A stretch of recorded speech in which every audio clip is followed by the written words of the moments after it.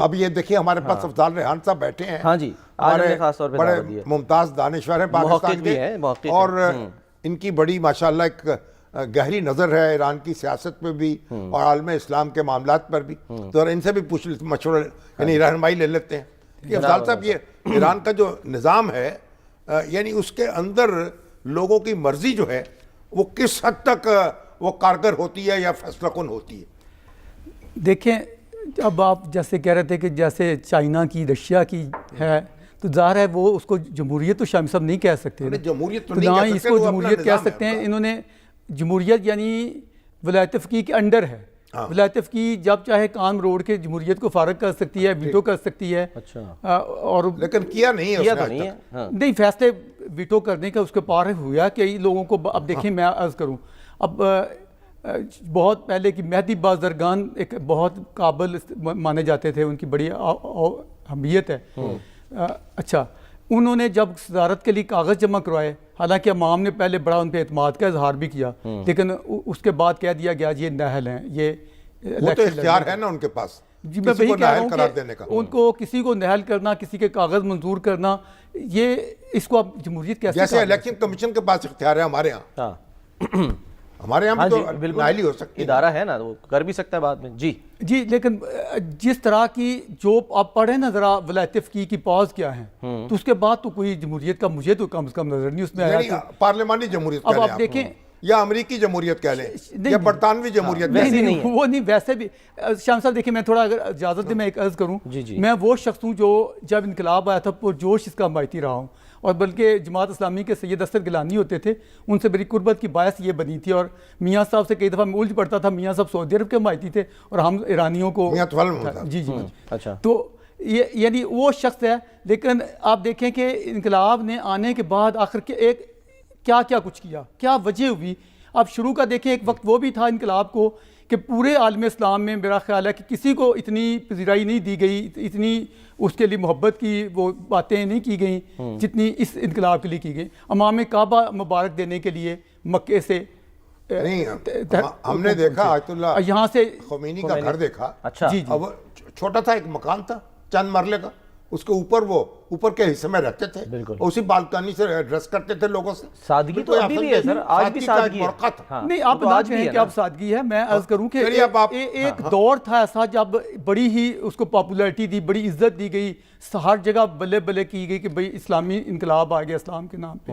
لیکن آخر وہ کیا ہوا ایسا جو آپ کیا چیز بھی جو جلدی، جی بالکل آپ نے صحیح کہا سلمان، وہ کیا چیز تھی جو وہ بالکل معاملات الٹے چلتے عوام آپ کے خیال میں جو عوام کی فلاح تھی وہ ممکن نہیں ہو. اس سے بھی پہلے میں عرض کروں گا کہ ان کے سسٹم میں اختلاف رائے کو برداشت کرنا نہیں. اسپیڈی ٹرائلز ہوئے ہاں جی آئی آر جی سی کے بعد، بہت سے لوگ ملک چھوڑ کے چلے گئے ڈر کے مارے. تھوڑا مجھے اگر موقع دیں میں عرض کروں. سب سے پہلے میں لوں گا پہلا صدر ابو الحسن بنی صدر.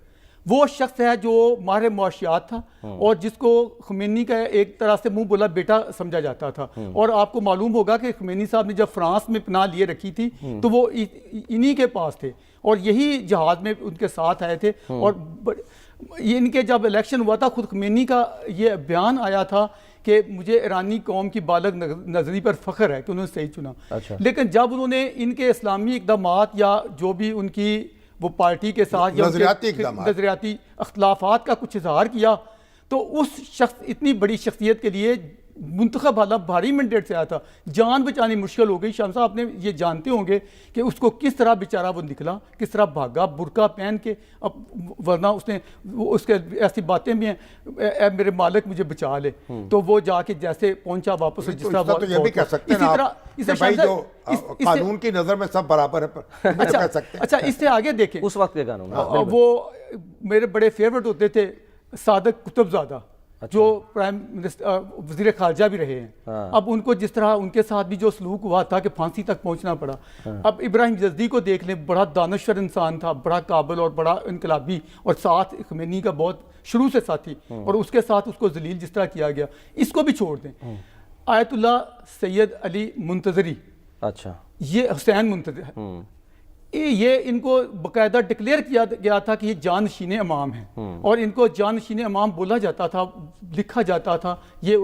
لیکن جو ہی اختلاف, میں کہنا یہ چاہتا ہوں شام صاحب, اختلاف رائے کو نہیں برداشت کیا جاتا. انہوں نے جب اختلاف رائے کیا ہے تو ان کے ساتھ جو اشر ہوا, انہوں نے اپنے نظر بندی میں ساری زندگی گزاری ہے, بات نہیں کسی سے کر سکتے, مل نہیں سکتے تھے اور وہی فوت ہو گئے. افضال آپ یہ دیکھیں جو چین میں انقلاب آیا یا روس میں انقلاب آیا, سوویت یونین بنا, تو جب انقلابی جو ہوتے ہیں وہاں اختلاف رائے کہاں اس کی گنجائش ہوتی ہے. اب کتنے چین کے اندر کتنے مروں سے دیکھیں دعویٰ تھا, انہوں نے مجلس شورا قرار دیا تھا نا اپنی پارلیمنٹ کو. شورا کا مطلب ہم ڈیموکریسی کو لیتے ہیں. تو دیکھیں ڈیموکریسی, مشاورت, جی مشاورت نہیں, ڈیموکریسی میں مشاورت نہیں, صرف مشاورت کا مطلب یہ تھوڑا ہوتا ہے کہ مشاورت لیں اور اس کے بعد ریجیکٹ کر دیں. وہ تو جو بادشاہت ہیں ان میں بھی پھر ہوتا ہے جو آپ کا مطلب ہے مجھے ایک کوئک بریک لینی ہے, افضال صاحب کوئک بریک لینی ہے. ایران میں مداخلتیں بھی ہوتی رہی ہیں, اس پر بھی ہم بات کریں گے. ایک بریک لیتے ہیں, بریک کے بعد ہم واپس آتے ہیں.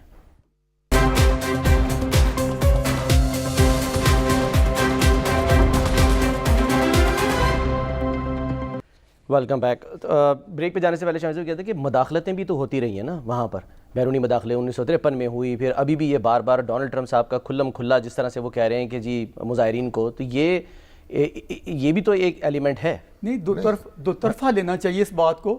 اب دیکھیں, آپ نے کہا 53 میں ڈاکٹر مصدق کے بارے میں, آپ تو میں مانتا ہوں, لیکن اب آپ دیکھیں مداخلتوں کی تو پھر انہوں نے اخیری کر دی.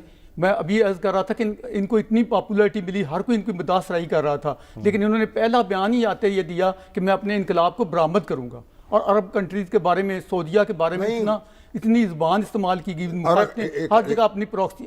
نہیں, وہ تو زہر و بم سے گزرتے رہے نا, نشیب و فراز سے گزرتے رہے.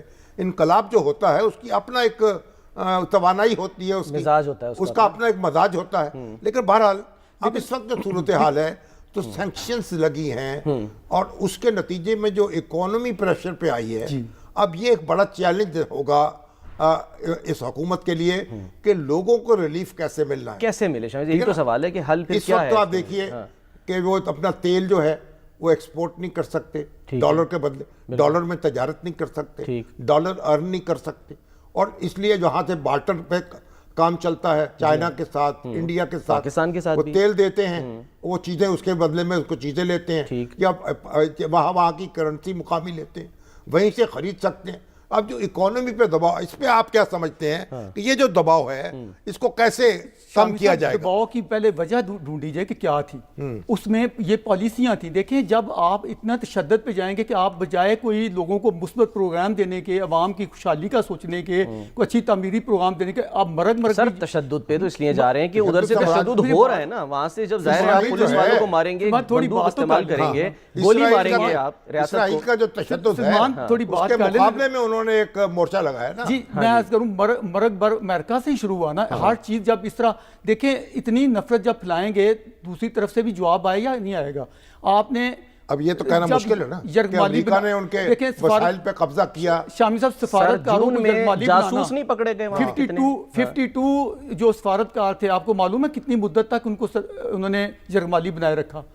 444 دن تک. جی اتنا, مطلب کہ سفارتکاری کے بارے میں کیا انٹرنیشنل جب انقلاب آیا تھا اس وقت کی بات تھی نا. شامی صاحب پوچھ رہے ہیں کہ اب آگے میں آنا چاہتا ہوں.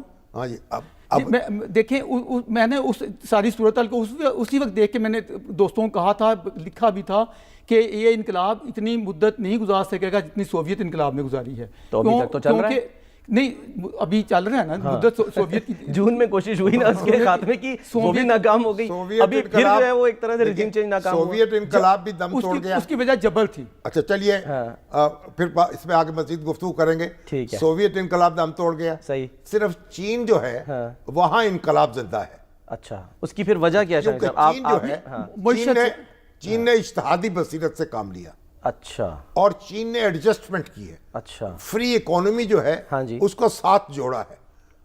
اچھا, فری مارکیٹ جو ہے اس کے ساتھ ایک پیوند کاری کی ہے. اسی لیے کہا اب آپ اس پر ہم گفتگو ختم کریں گے. ٹھیک ہے. ڈینگ سیاوپنگ کو میں جانا چاہتا تھا کہ اصل میں اس کا کریڈٹ اس کو جاتا ہے.